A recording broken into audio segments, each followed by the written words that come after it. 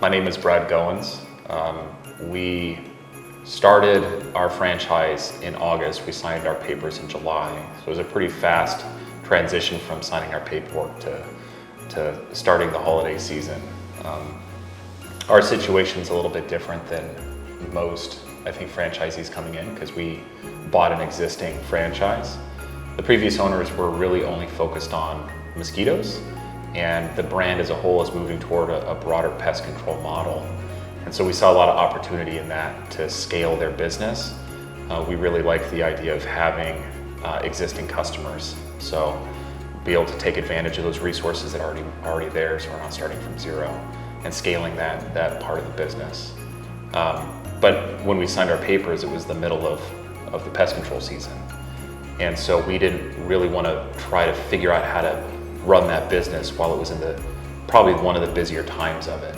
As we transition to the holiday season, there's so much to learn that trying to figure out how to pick up that business and learn how to do the holiday lights, which is a brand new model for the franchise, would have been overwhelming for us. So we decided to focus solely on holiday lights to begin with, so that we could be very expert at that particular line of business. And so as we've kind of gone through this path, we've really come to understand that the two models really are two totally different businesses.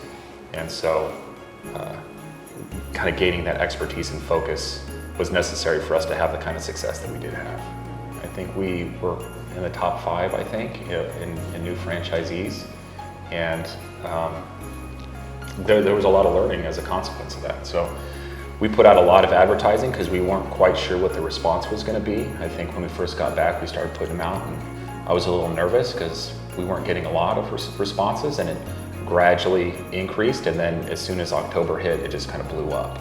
And so we found that like one crew, at least during that time frame, was fine. And then when November hit, we were backlogged 2 weeks, and we had to go get 2 other crews.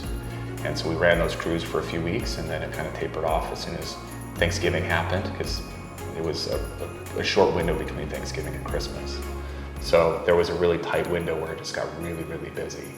So all of those customers were going to push to October to try to front load our season again, but I expect it to be the same. So we'll have to be able to pivot pretty quickly. But revenue-wise, we did very, very well, and we made money.